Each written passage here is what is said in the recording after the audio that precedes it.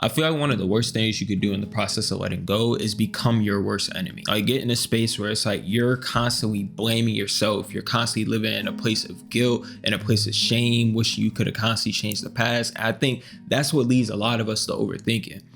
People come to me all the time and they're like, Will, I'm constantly overthinking. I wish I could have done this differently. I wish I could have done that. I'm constantly thinking about, what I could have changed or what was wrong with me and stuff like that. And I was in that space. I remember like 2-3 years ago, really in all my past relationships or situationships, whatever, where, if I saw a person ghost me, if I saw a person decide to leave my life, decide they didn't like me, whatever, I constantly replayed the past and, was constantly holding on to memories and being like, oh, was it this I said in this conversation? Could I explain this better? Could I use a better word here? I wish I could go back to this conversation and add these details in because they might have misunderstood it. Like I used to constantly live in the past. I used to constantly like blame myself, like, Will, you messed up, or just get mad at myself because of the decisions I made before. And half the time that wasn't even my fault. It was more so about the other person's emotional maturity or where they stood and what they had going on, and it really had nothing to do with me.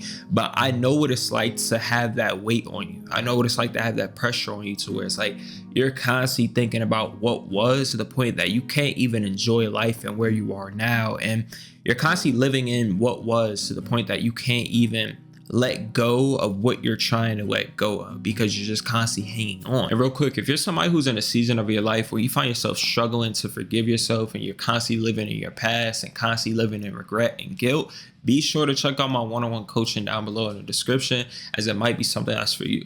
But anyways, back to the video. And so what I really had to learn how to do is get to a place where I could forgive myself, because I'll be the first person to admit, like, I've done a lot of things, and I mentioned these in previous videos of like, I've done a lot of different things within certain relationships, especially within the past 2, 3, 4 years, to where I understand why people reacted a certain way. I completely understand why they made certain decisions, why they made certain choices. And I've always been a person where it was like, I take accountability for my actions in friendships, relationships, and stuff like that, to where it's like, I can genuinely admit to them and, feel no type of way about it, at least now where I'm at. And so in that aspect, I know there was a lot of times where I would take responsibility for a lot of things, but I will also be mad at myself for the fact that I made those certain decisions. And I've always lived by this saying of recently, like, some lessons will cost you the people that you love most in order to learn them. And what that meant for me was that in learning certain things about myself and discovering places where I still had insecurities, places where I still had fears, places where I was still very controlling in my life, like, it costed me people that meant the most to me, essentially, that I valued the most in my life.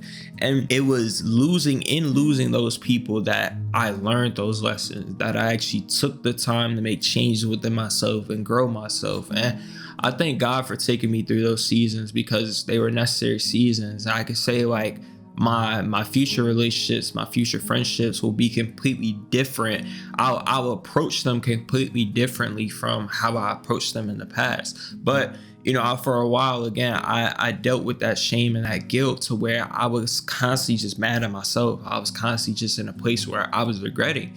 And it was until I kind of gave myself my own, I had to almost like cope with myself. I had to almost like be like, it is okay, Will, because for, again, a long time I was constantly blaming, and I had to get to a place where it was like, Will, you made the decisions that you felt were best for you in that moment.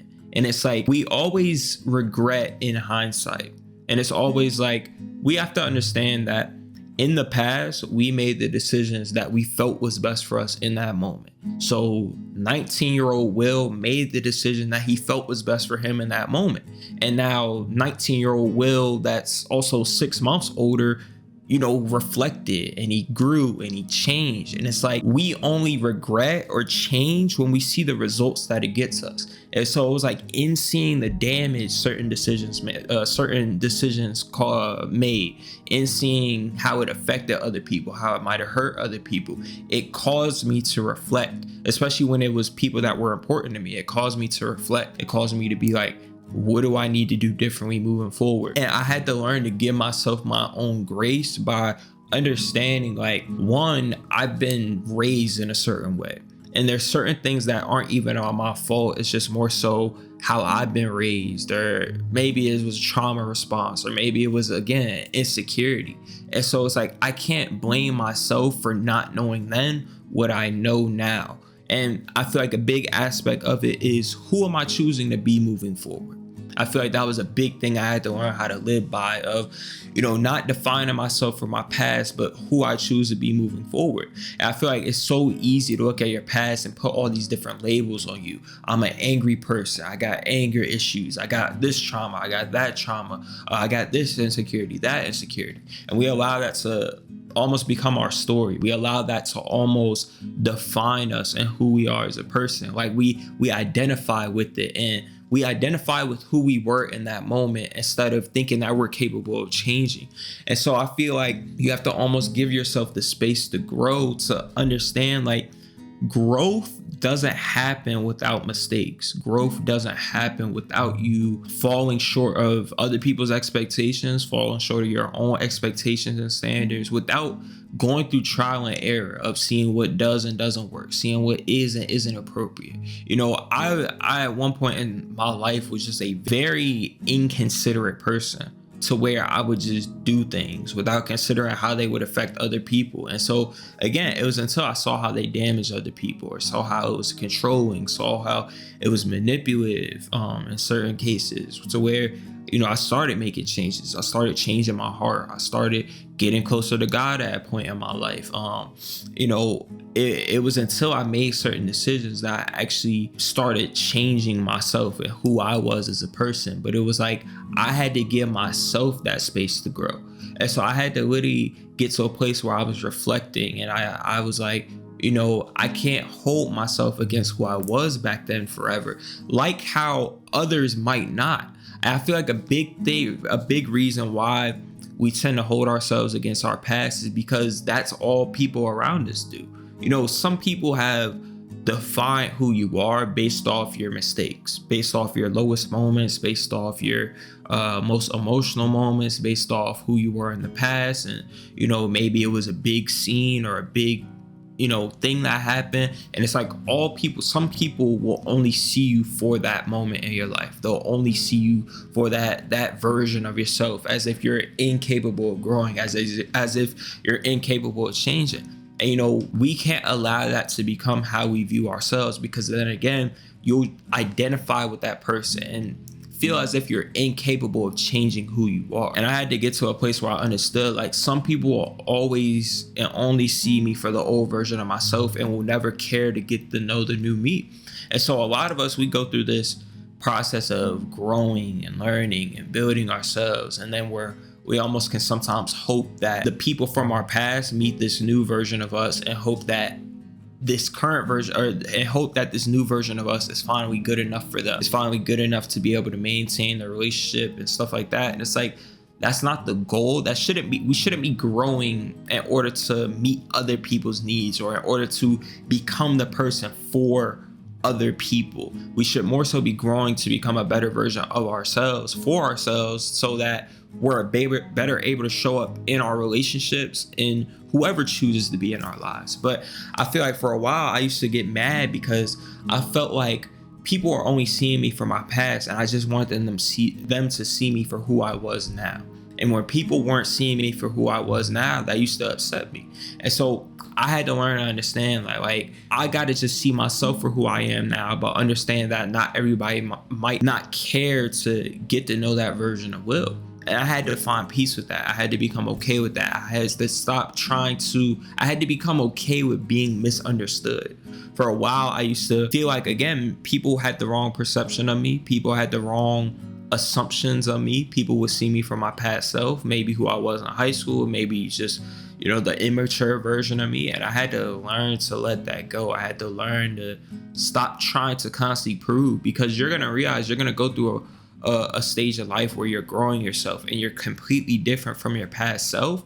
And again, some people will only see you for your past flaws or your past mistakes, and you're going to find yourself constantly having to explain who you are. You're constantly trying to get people to understand you, and that in the end is just going to drain you, and it's just going to be impossible to satisfy everybody. But I've just learned so much that it's like we only grow as we go through life, because it's in the relationships, it's in the trials and errors, it's in the struggles that point us to where we need to make change. It's what brings things to the light. Because obviously, if I sit here in my room all day, every day, just going about life, I don't get any experience in life. And so I never see a need to change who I am. I never see a need to grow, because things aren't being brought to the light. I'm not going through experiences that get me different results, that even challenge me to want to reflect. And so it's like, in going through relationships, in going through friendships, and making mistakes, and going through trials and errors, and failing in life, that's how we grow into that better version of ourselves. That's how we step into, again, maybe our purpose and things like that. Like, it's through our growth that we get a better understanding of who we are and who we want to be, but also, you know, the type of people we want around us, the type of life that we want to live, what interests us, again, what our purpose is, and what we care about, and what we value, and our perspective on the world. It's like, life is nothing without the negatives to it. Like, there is no growth, there is no purpose in it. And so for my people who are in a place where you're find yourself just constantly reflecting on your past, constantly reflecting on you wish you could have done things differently, like, find the space to forgive yourself, even when others don't care to give that space to you. Because there will be, again, a lot of people who don't forgive you, who only see you for your past mistakes, who only see you for who you were. But you got to choose to see yourself for who you're becoming, who you're now choosing to be, regardless of what your past is like. And again, like, get to a place where you give yourself the space to actually grow.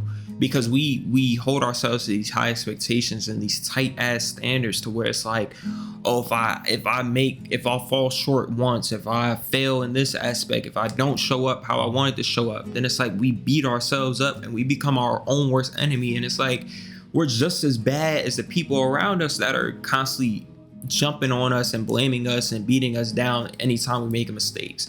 It's like, we can't betray ourselves, because in the end, we ever guaranteed to ever had. You know, we're not guaranteed to always have the support of other people. And so we got to be that person that finds a way to support ourselves, regardless of how we're showing up in life, regardless of if we're being the best version of ourselves, regardless if we're making mistakes, regardless of if we're falling short, regardless of if we're winning in life. We got to learn to be our best friend at all times, and find a way to build ourselves up regardless of what circumstances we're in, instead of accepting that version of ourselves. But, you know, I love and appreciate you guys as always. Hopefully you learned a thing or two. Be sure to check out my one-on-one coaching down below in the description, and I'm gonna catch you guys in the next video. Peace.